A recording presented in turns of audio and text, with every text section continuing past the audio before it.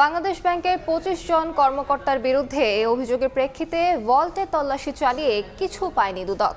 তবে সব লকার খুলতে কয়েকদিন সময় লাগবে বলে জানানো হয়। তল্লাশি শেষে সাংবাদিকদের এই কথা জানান দুদকের পরিচালক কাজী সাইমুজ্জামান। এ সময় অন্যান্য কর্মকর্তাদের বিরুদ্ধে অভিযোগের ভিত্তিতে তদন্ত কার্যক্রম চলমান থাকবে বলেও জানান তিনি। এছাড়া বাংলাদেশ ব্যাংকের কোনো কর্মকর্তার বিরুদ্ধে অভিযোগ প্রমাণিত হলে রাষ্ট্রীয় ব্যবস্থার পাশাপাশি কেন্দ্রীয় ব্যাংক যথাযথ ব্যবস্থা নেবে। বাংলাদেশ ব্যাংকের ভল্টে থাকা কর্মকর্তাদের ৩০০ লকারের মধ্যে কিছু লকার খুলতে আজ দুদকের পরিচালক সাইমুজ্জামানের নেতৃত্বে ৮ সদস্যের একটি প্রতিনিধি দল মতিঝিলের কেন্দ্রীয় ব্যাংকে অবস্থান চান।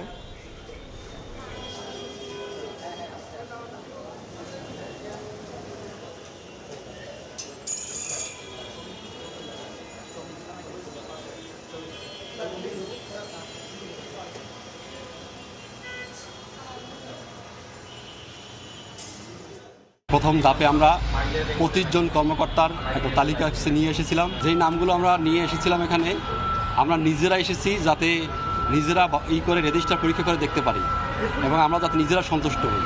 এই কারণে কিন্তু আমরা ভল্ট খুলে তারপরে এই রেজিস্টার বের করে নামগুলো আমরা দেখেছি। ওই নামে কোনো লকার বা সেফ ডিপোজিট আমরা পাইনি। কমিশন যদি মনে করেন যে অন্যান্য ভল্ট দেখতে হবে সেটা দেখা হবে।